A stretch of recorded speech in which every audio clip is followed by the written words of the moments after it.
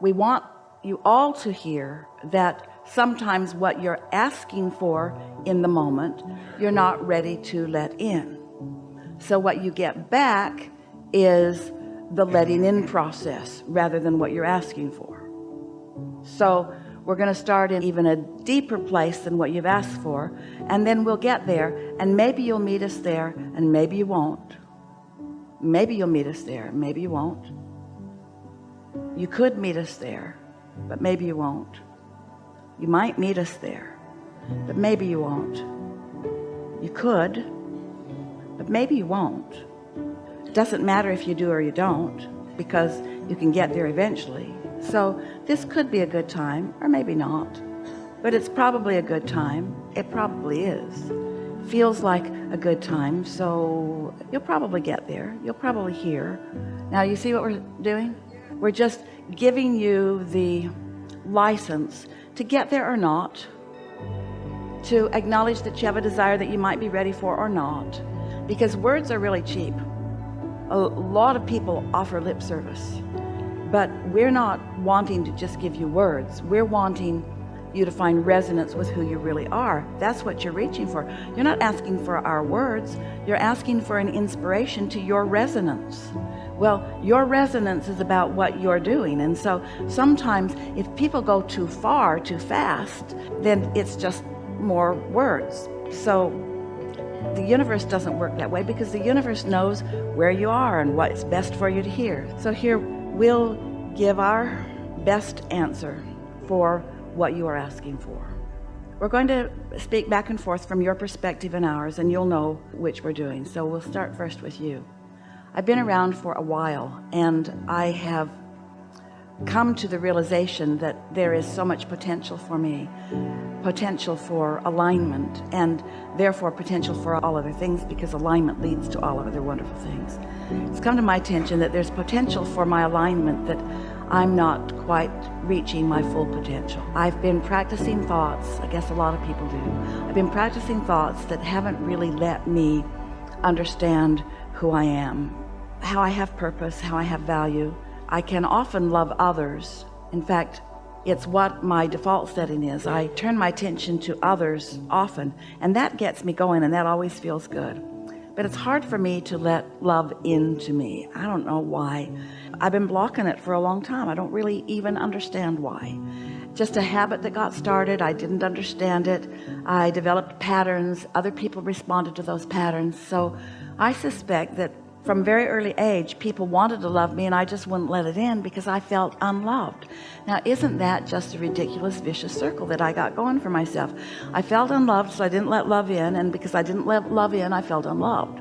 And then I didn't feel loved, so I didn't let love in, and then because I didn't let love in, then I didn't feel loved, and then people couldn't love me because I wasn't letting love in. And I just developed a sort of pattern that nobody could really see, because on the surface I looked sort of normal and behaved sort of the way that I'd learned to behave, but I don't really understand why I wasn't really letting love in. But the one thing that has come from all of that is I've come to a keen awareness that I want to let myself be loved. I thought I wanted to be understood. And as I've been listening to Abraham for a while, I realized that that's not really the quest, because being understood is really an impossible thing, because when you ask somebody to understand you, you need to immediately snap them into your same vibration. And that's an impossible thing. Everybody's got their own vibration going. So I think somewhere I got confused. The desire for love, I think I got it confused with the desire to be understood. And I also think that I got confused about where the love was coming from. I think I thought the love would come from other people who didn't understand me, instead of from source, who always does. So there's two things I kind of got out of kilter. I got confused about being loved and being understood, and I looked for people that couldn't really understand me to be the reason that I felt love. I realize now how screwy that whole thing was and why it didn't work. And I'm relieved that I'm not failing at something that should work, because it couldn't work. So I'm sort of feeling some relief that I was looking for love in all the wrong places and getting mixed up about whether I was really wanting love from them or understanding from them, which really is not possible. So I also understand that when I'm in a sort of bad place and I want someone to love me or understand me, that they've got to go to the same bad place I am to understand me. Those two things don't go together. I want them to love me and understand me, but they can't understand me unless they get on my vibe. And if they're on my vibe, my not good feeling vibe, then they can't love me. No wonder it didn't work. Looking for love in all the wrong places. Is this making any sense to any of you? Relating a little bit even? So now I've kind of got that squared away. Now I realize that as lovely as people are, and as much as I love so many of them, and as much as I love being in this body and here in this world and on this leading edge, that I want to express love to them, but mostly I want to connect with love. Because if I don't let myself be loved, if I don't let this vessel that is me open to love, then I can't really love anybody else, not in a way that's meaningful to them. So a lot of us are just running around a little bit broken. We're not letting love in, but we're trying to let love out. So we're not going back to the well of replenishment. We're just loving and serving and trying to be of value and getting depleted and getting exhausted and getting overwhelmed because we're not letting it in. It's like never breathing air in and always breathing it out. You can't get too far with that. Pretty soon you got to start breathing it in, or you have nothing to breathe out. And so now I'm more clear about all of this. So I'm no longer wanting to look to others for that replenishment, although sometimes you can find it. Sometimes somebody's all tuned in, tapped in, turned on, and they got it going and blowing. And when they hold me as their object of attention, I can feel it. And I do like that, but I don't want to depend on somebody else's connection for that, because they've got stuff they're doing too. And I don't need anybody else's connection. I've got my own straight line to it. I've got my own vortex. I've got my own valve that I can open wide to it. And often I do. Sometimes I do. Sometimes I do it more easily than not. It sort of depends on the momentum that got going. But more and more, I accept these things. I know that source exists. And I know that my inner being is a big part of that collective consciousness of source.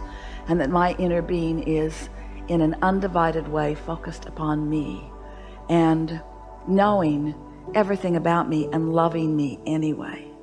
That my inner being is loving my becoming and is never holding me responsible for what I've come to, because I'm eternal. I'm never going to get done. And there's always going to be within me a gap between what life has caused me to reach for and what I've allowed myself to catch up with. And I've been beating up on myself so long about that gap, because I reach for more and then I don't go, and then I feel bad about the gap, but my inner being never does that. And I'm just figuring this out. The very reason that I don't feel love, or that I feel unloved, is because my inner being is there and I haven't joined my inner being. In other words, the negative emotion that I feel, that I've been calling people not loving me, or my inner being not loving me, or me not letting love in, has only been because I have reached and have not caught up with what I've reached for. And so the very fact that I can feel negative emotion, which feels not love, is my proof that the love exists. Because if that love didn't exist and it wasn't pointed right at me, I couldn't feel this discord from not letting it in. Whew. So the very unlovedness I feel is proof of the love that is there. Ooh, I really like that. Me too. I sensed that it was there. I had glimpses that it was there. It showed it to me from time to time when I was in the right place. I let it in from time to time, and I'm getting better and better at letting it in. I know that my inner being loves me, and I'm in the mood right now to hear something from my inner being. I'd like my inner being to explain to me a little bit what their perspective of me is. I'd like to know how my inner being sees me, and I'm in a better place now than I was at the beginning of this conversation.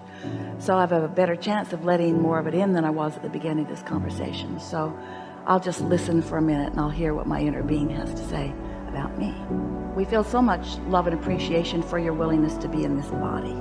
It's a good body.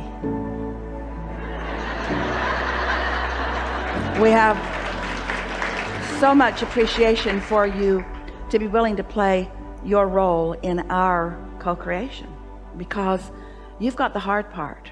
You're out here on the leading, bleeding edge, where you're exposed to conditions that you take in and sometimes you take to heart. And you knew when you made the decision to do it that you'd see some things that you didn't want to see, but you knew it was worth it because you knew out of seeing what you didn't want that you would be able to, in the unique way that is you would be able to come to conclusions about improvements, not just for you, but for the people you love and for the world that you love. You knew that these ideas would burst out of you, and you knew that when they did, that there'd be a gap, because you knew that the very contrast that provided you the launching of the rocket was going to hold you in contradiction to the new rocket for a while. But you knew that we would keep our promise to you. That's why you weren't surprised to meet up with us. You knew that we would keep our promise and that we would not take our eyes off of your goals, of your objectives. And you knew that that's how it worked. But somehow you did a little tricky twist on yourself, because you've decided to beat up on yourself for not always easily going right along. You say to yourself, I know this stuff, why don't I just go with that flow? And the answer to that is because law of attraction won't let you, and that's a normal thing. And sometimes it has to get worse and worse and worse before you ask for more and more and more. But it gets easier and easier for you all the time. Have you noticed that?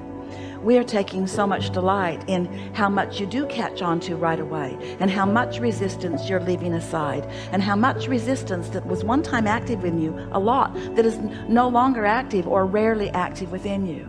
And so our wish for you is that you feel about you as we do. And of course that's not a possible thing really, because you are your perspective and we are our perspective, but we are dominant and we do have you outnumbered.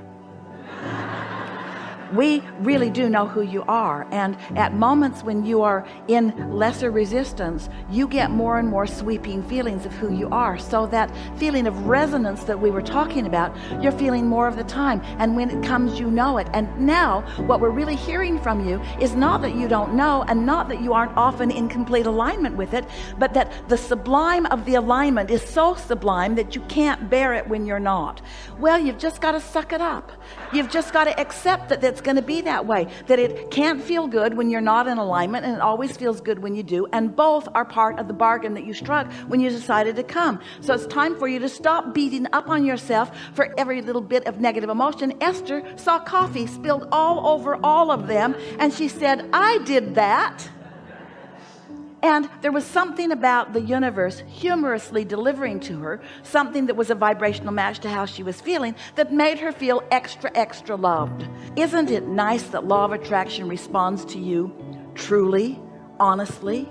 That law of attraction doesn't play games with you, that it's always consistent? And isn't it a wonderful thing that we, your inner beings, stand in full appreciation of you no matter what you're doing? And isn't it nice to know that the way you feel can't be separated from the way we feel?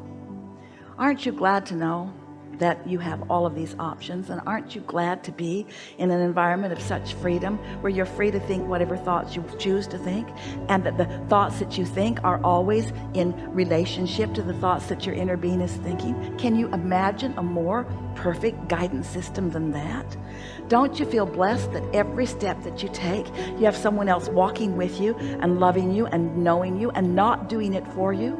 Would you want us to do it for you? You would not allow us to do it for you. Even if we could do it for you, you would not want us to do it for you, because you are the creator of your reality. You are a leading edge being out here on this leading edge, and we are your support system, and what you accomplish we all benefit from. But this is your game that we are all involved in, and it's a big game, and it matters immensely to all of us, and there is great love here for you.